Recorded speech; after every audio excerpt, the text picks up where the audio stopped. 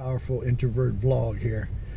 Hey, I just want to talk to you a little bit about the difference between being an introvert when we're younger and an introvert in later years, because there is some differences. Muhammad Ali once said, a man who's doing life at 40 the same way he did it at 20 has wasted 20 years.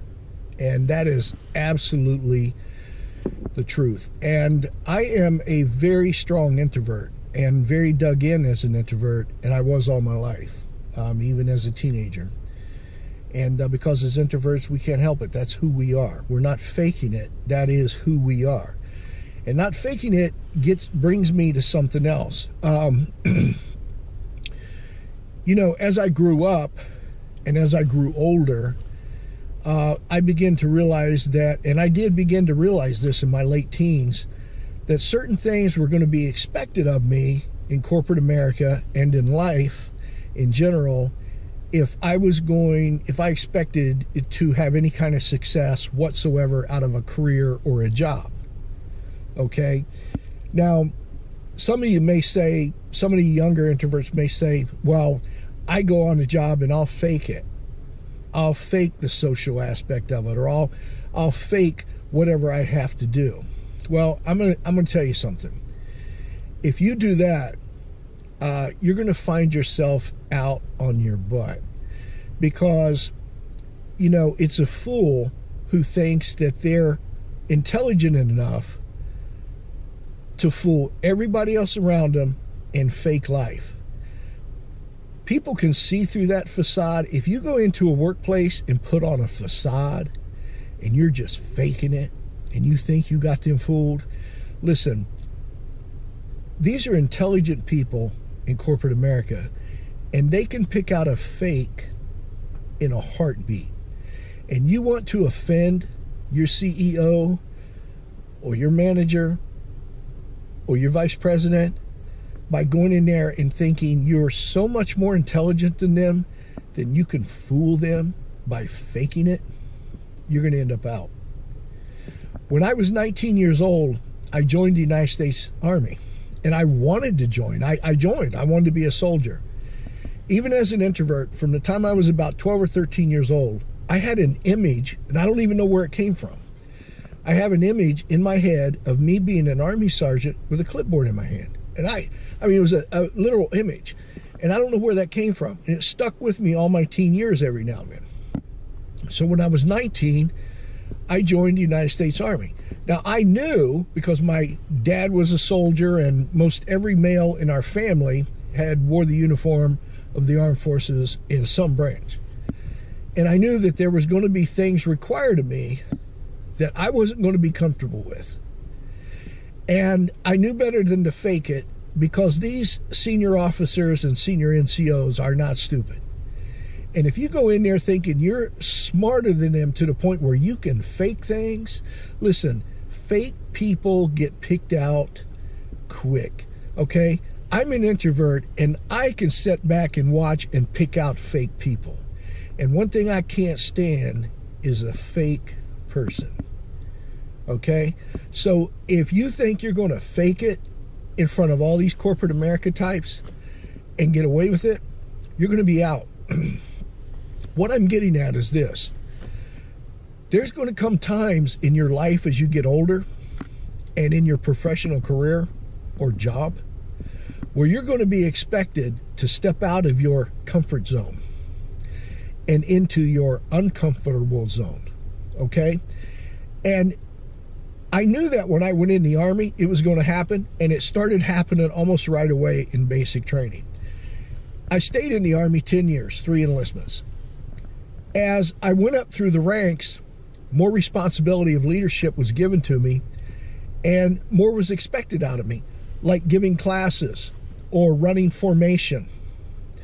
I would have to give classes. I was in one unit where I gave classes on the Claymore Mine and the Law Rocket and the Bailey Bridge. And I would have to prepare for these classes. And then I would have to give these classes in front of anywhere from 50 to 75 soldiers of various branches. and in some cases, various armies of different countries.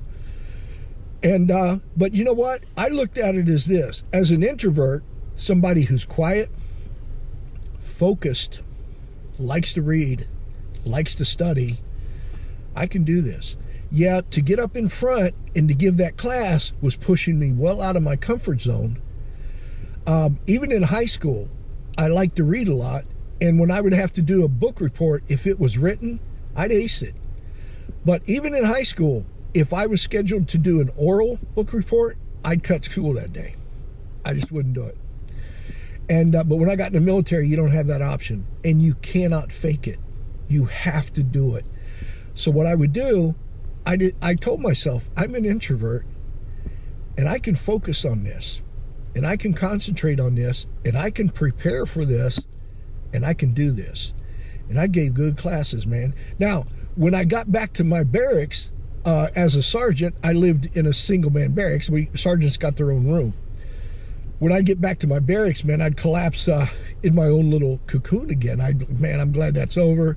My uniform off, get on the bed, get a good book in my hand, or go to the gym if it was gym night, and just retreat into myself like introverts do. But you know what?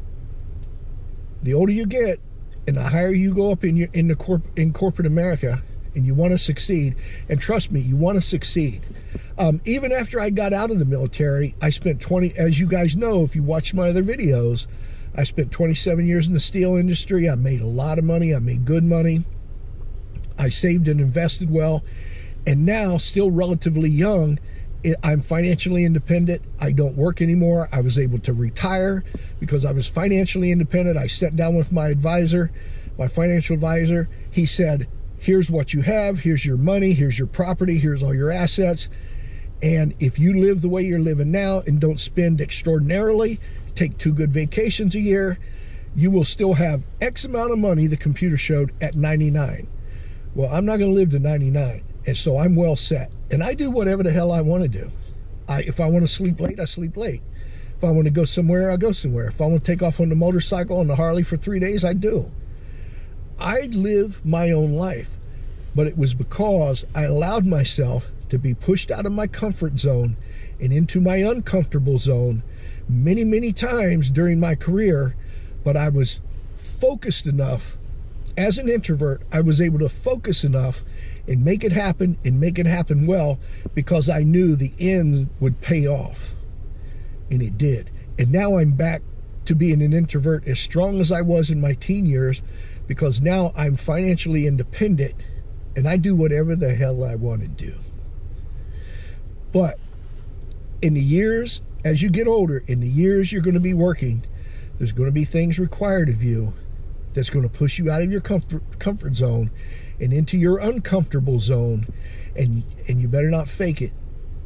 I'm telling you right now, don't fake it. Use the focus as an introvert to prepare, and use the focus as an introvert, the confidence we have as an introvert, and just do it. Allow yourself to be pushed out of your comfort zone, but make it you. Embrace it. When you get home in the evening, then you can revert back into your shell. But when you walk in that workplace every day, be prepared to be pushed out of your comfort zone and just relish it. Say, I'm going to make it happen because I got goals. I got financial goals. I want to accomplish these things. So at the last third of my life, I have enough assets where I can get back to being me. I don't have to answer to anybody. I can do what the hell I want to do, just like I've done. So there you go. Don't fake it. Don't fake it till you make it. Just make it. Make it you. Embrace whatever pushes you out of your comfort zone and into your uncomfortable zone. You can do that. Introverts can do anything. As an introvert who's focused and confident and quiet, I can do anything. So it's word to the wise. Later, Gators.